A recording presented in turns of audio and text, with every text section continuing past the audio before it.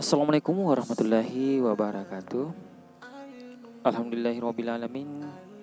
Ucap rasa syukur atas yang Allah berikan kepada kita semua. Salawat kepada Rasulullah Muhammad SAW. Pertama-tama, apa kabar anak-anak sekalian? Alhamdulillah, semoga semuanya dalam keadaan sehat. Dan semoga keluarga yang di rumah juga dalam keadaan sehat dan baik-baik saja. Dan saya ucapkan selamat beraktivitas di rumah, belajar di rumah, dan juga berolahraga di rumah serta membantu orang tua. Selain itu anak-anak sekalian, jaga pola makan yang sehat dan rajin cuci tangan karena sekarang masih pandemi COVID-19. Ipin, butang apa ni? Tak, cuba kawan-kawan tekan. Nah anak-anak sekalian, sebelum kita mulai materi, langkah baiknya jika kita berdoa supaya nantinya apa yang akan kita pelajari itu anak-anak bisa memahaminya dengan cepat dan tentunya bisa kita aplikasikan dalam kehidupan kita sehari-hari. Doa dimulai. Doa sebelum belajar. Bismillahirrohmanirrohim. Rabbi zidni ilma warzuqni fahma.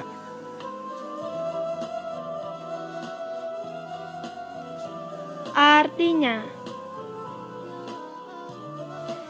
ya Allah, tambahkanlah aku ilmu dan berilah aku rezeki akan kepahaman.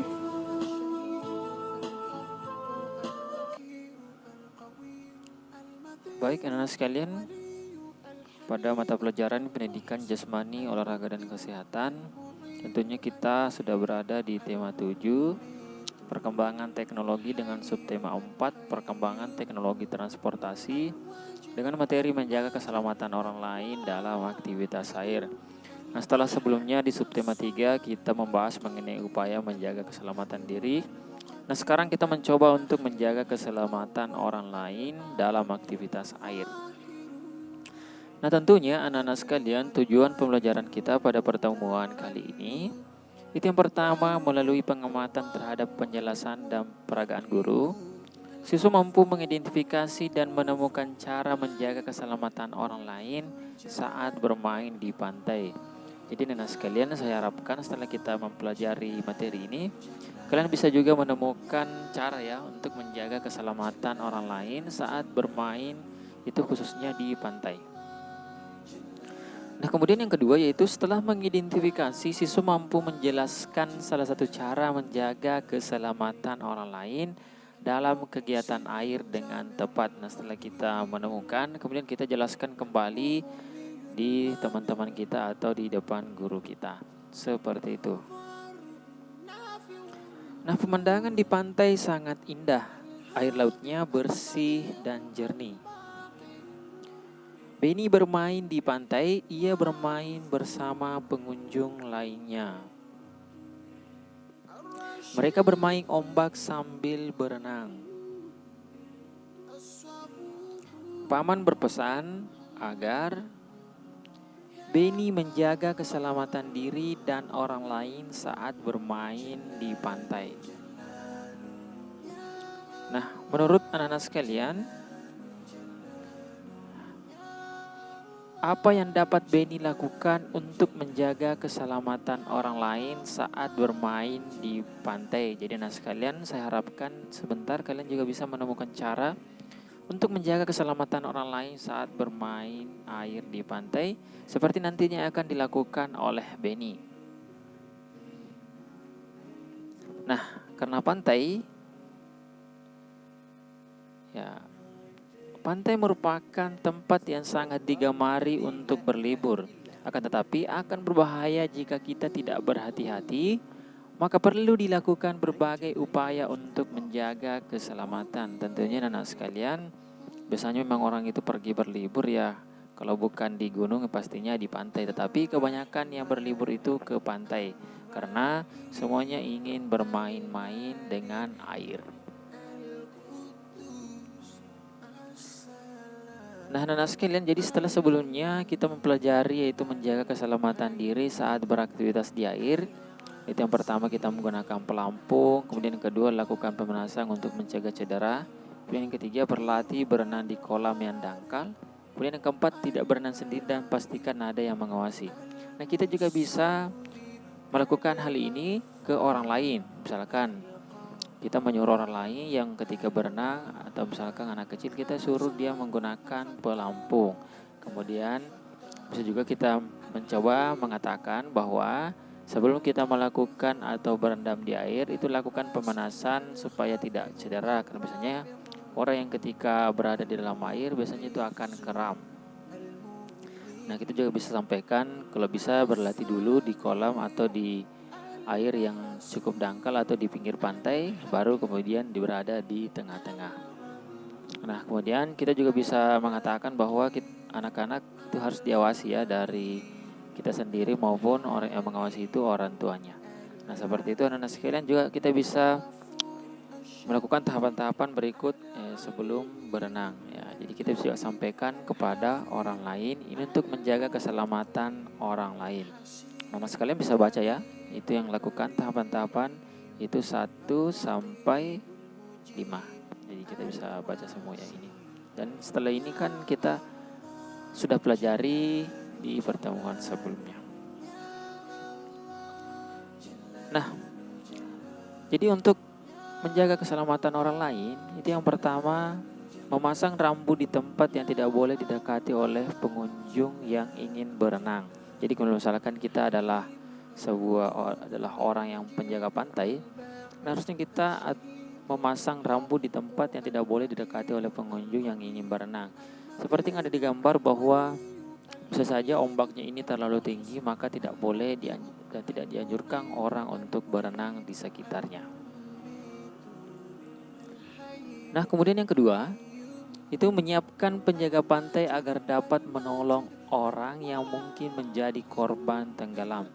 Jadi anak sekalian, kita sebagai pengelola pantai, kita harus menyiapkan yang namanya penjaga pantai atau pengawas pantai, dan memang selalu standby dan selalu bersiap-siap ketika ada orang yang minta tolong, ketika memungkinkan terjadinya namanya ombak besar dan bisa menenggelamkan orang lain. Nah, itulah peran kita sebagai pengelola pantai.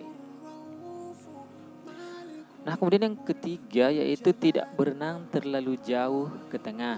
Jadi biasanya ombak itu kita tidak rasakan ya, biasanya itu dia akan membawa kita ke tengah-tengah. Makanya kita harus selalu melihat ke pinggir pantai atau tepi pantai supaya badan kita itu tidak hanyut terbawa ombak ke tengah pantai. Makanya kita tidak berenang terlalu jauh ke tengah.